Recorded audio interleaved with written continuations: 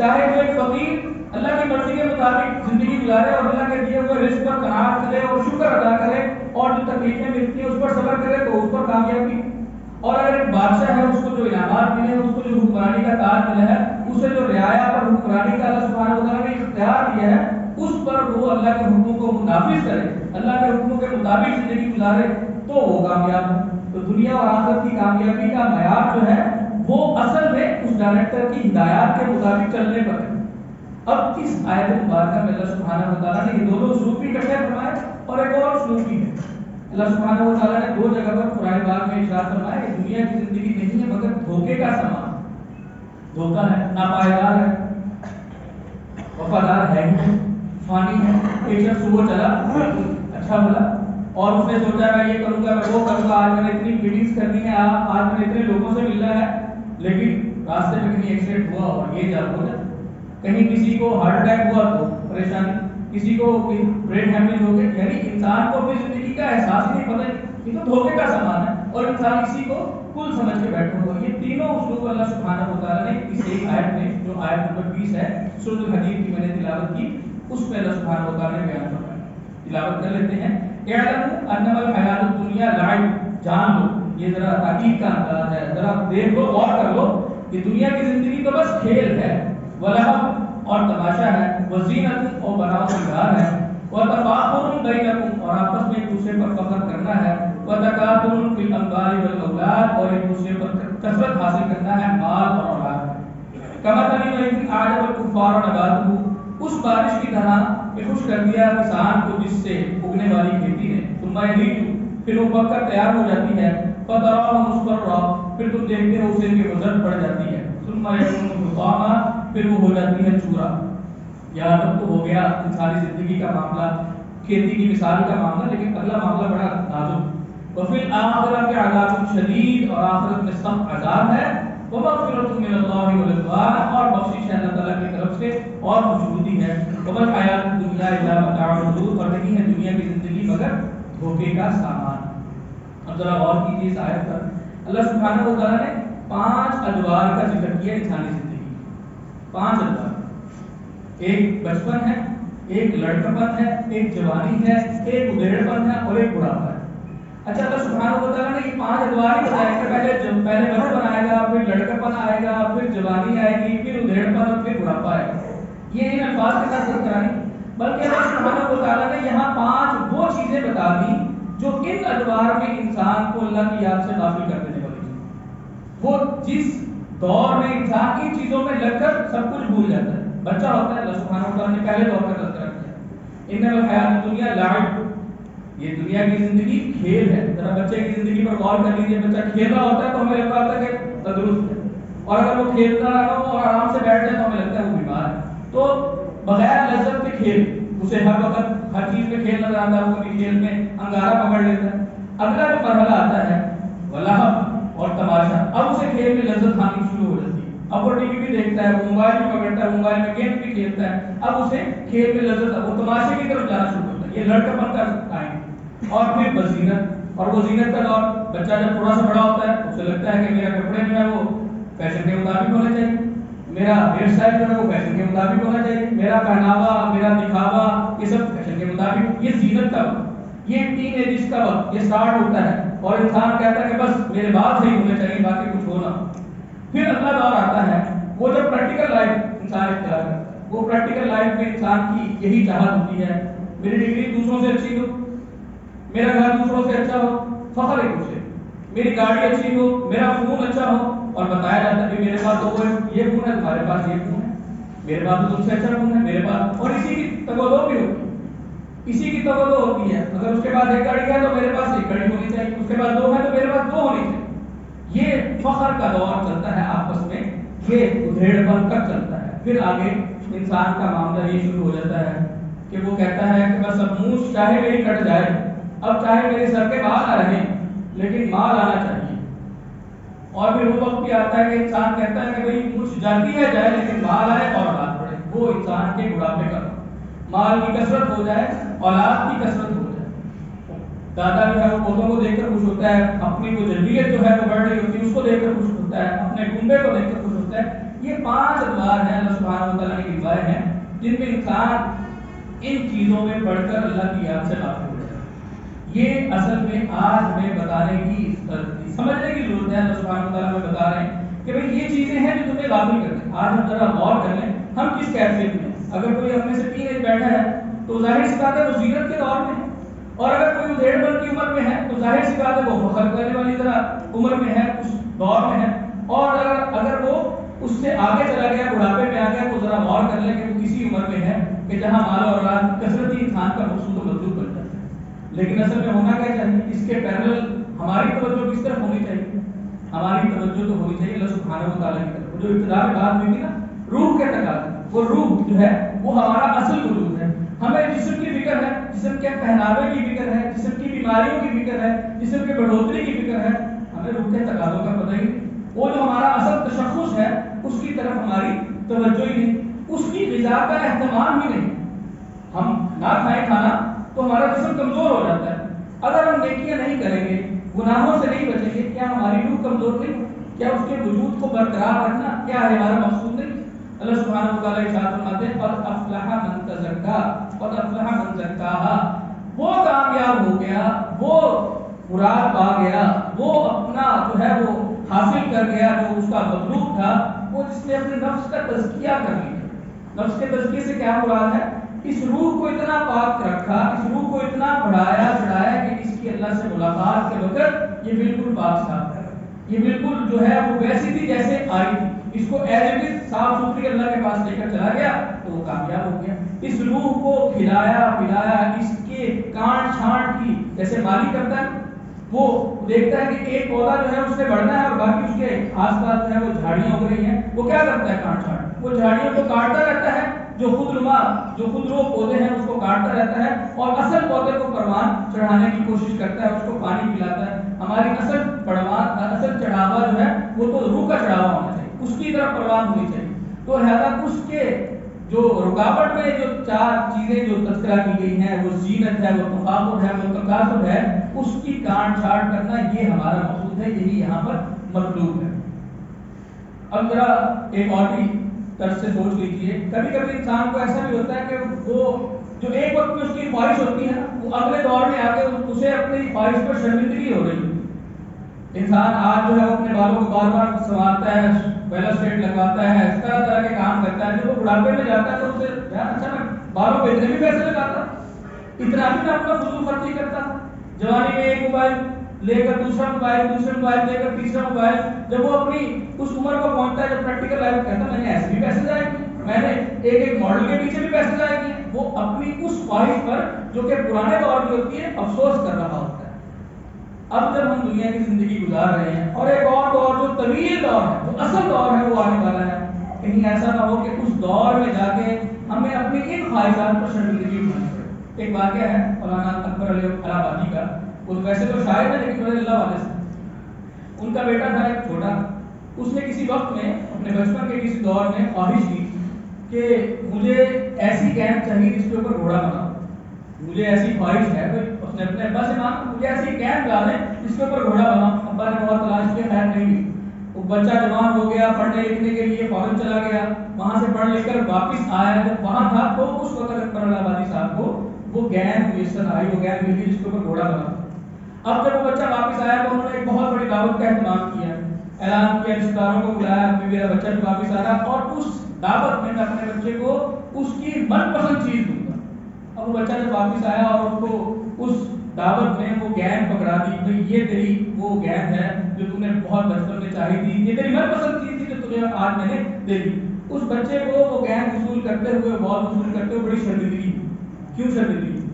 بچپن کی خواہش تھی میری اور بس وہ فضول سی خواہش تھی میری, آج یہ اس کا, آج تو میری من پسند چیز آج تو کچھ اور ہونی چاہیے.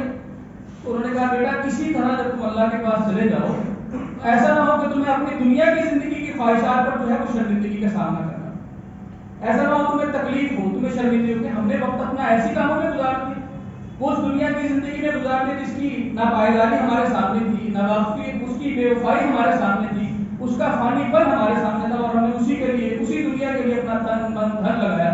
اسی اولاد کے لیے جو ہمارے کام آنے والی نہیں تھی، جس کے بارے میں اللہ سبحانہ و تعالیٰ نے فرما دیا المال والبنون زینت الحیات الدنیا، یہ دنیا زمانے کی زینت ہے۔ انما اموالکم واولادکم فتنہ، بے شک تمہارا مال اور اولاد تمہارے لیے فتنہ یعنی آزمائش ہے، کہ تمہیں دیا گیا آزمائش کے لیے، اللہ نے دیا ہے لگاؤ اسے اللہ کے لیے، اللہ نے مال دیا ہے لگاؤ اسے اللہ کے لیے، اللہ نے مال دیا ہے حلال سے کماؤ اور حلال خرچ کرو۔ اب یہاں انسان تصور کرے کہ وہ آنے والا وقت کیسا ہوگا کہ جب میری پچھلی خواہشات جو ہیں وہ میرے سامنے شرمندگی کا باعث بنے گی، تو آج ہمیں اپنی خواہشات، اپنی پرائرٹیز جو ہے وہ سیٹ کرنے کی ضرورت ہے۔ وہ جو قرآن پاک میں ہے وَلِكُلِّ وِجْهَةٌ هُوَ مُوَلِّيهَا، ہر شخص کے لیے ایک رول ماڈل ہے، ایک نصب العین ہے، جس کے لیے وہ کوشش کرتا ہے، جس کے لیے وہ تقدو کرتا ہے، جس کے لیے وہ بھاگتا ہے۔ ہر شخص اپنے آپ کو صبح اٹھاتا ہے، مشقت پہ ڈالتا ہے۔ کوئی شخص جو ہے وہ آج گرمی میں ہلکان ہو کر جو ہے وہ روزی حاصل کرتا ہے، کوئی شخص جو ہے وہ سردی کے دنوں میں جب بالکل ٹھنڈ ہوتی ہے اس وقت بھی اپنے گھر سے نکلتا ہے روزی کے لیے۔ تو اپنی توانائیاں وہ کہاں لگا رہا ہے، آج اس کو سوچنے کی ضرورت ہے۔ آگے اللہ سبحانہ وتعالیٰ نے ارشاد فرمایا کمثل غیث اعجب الکفار نباتہ، اس بارش کی طرح کہ خوش کر دیا کسان کو جس سے اگنے والی کھیتی نے۔ یہ جب انسان کی جوانی ہو رہی ہوتی ہے، اولاد بڑی اچھی لگ رہی ہوتی ہے، بلکہ دادا کو تو پوتے بہت ہی پیارے ہوتے ہیں، بہت ہی محبوب ہوتے ہیں۔ ثم یہید، پھر وہ جب پک کر تیار ہوتی ہے، جب وہ جوانی کو پہنچتے ہیں، فتراہ مصفرا، پھر اگلے دور میں تم دیکھتے ہو کہ وہ زرد پڑ جاتی ہے، ثم یکون حطاما، پھر وہ ہو جاتی ہے چورا۔ اب آج بھی ہمارے سوچنے کا مقام وفی آخرت کے عذاب شدید، اور آخرت میں ہے سب کا ہے۔ حضرت ابوبکر صدیق رضی اللہ تعالیٰ عنہ کے بارے میں آتا ہے نبی کریم صلی اللہ علیہ وسلم نے انہیں عتیق کہا، عتیق یوں فرمایا تھا کہ کیا تم نے اس شخص کو دیکھا ہے جسے جہنم سے چھٹکارا دے دیا گیا، جہنم سے چھٹکارا پایا ہوا شخص تم نے دیکھا؟ تو دیکھ لو ابوبکر صدیق رضی اللہ تعالیٰ عنہ، یہ جہنم سے چھٹکارا پائے ہوئے شخص عتیق کہا جاتا ہے۔ وہ کیا تمنا کرتے ہیں؟ اکثر بیٹھے وہ تمنا کرتے تھے کاش میں ایک گھاس کا ٹکڑا ہوتا جو سڑ جاتا، کہیں دب جاتا، خس و خاشاک بھی مل جاتا، لیکن اس کے حساب کتاب نہ۔ ہمارا معاملہ یہ نہیں کہ ہماری یہ دنیا میں جسم جو ہے مٹی میں مل کر مٹی ہو جائے گا، ہمیں دوبارہ اٹھایا جائے گا، ہم سے ہر ایک چیز کے بارے میں سوال و جواب ہوگا۔ وہ جو حدیث ہے نبی کریم صلی اللہ علیہ وسلم کی کہ ابن آدم کی قبر جو ہے وہ ہل نہیں پائیں گے قیامت میں جب تک کہ اسے 5 سوالوں کا جواب نہ دیں گے۔ وہ 5 سوال ہر وقت ہمیں یاد ہونے چاہیے۔ کون سے 5 سوال؟ پہلا سوال، عمر ملی تھی کہاں کھپائی؟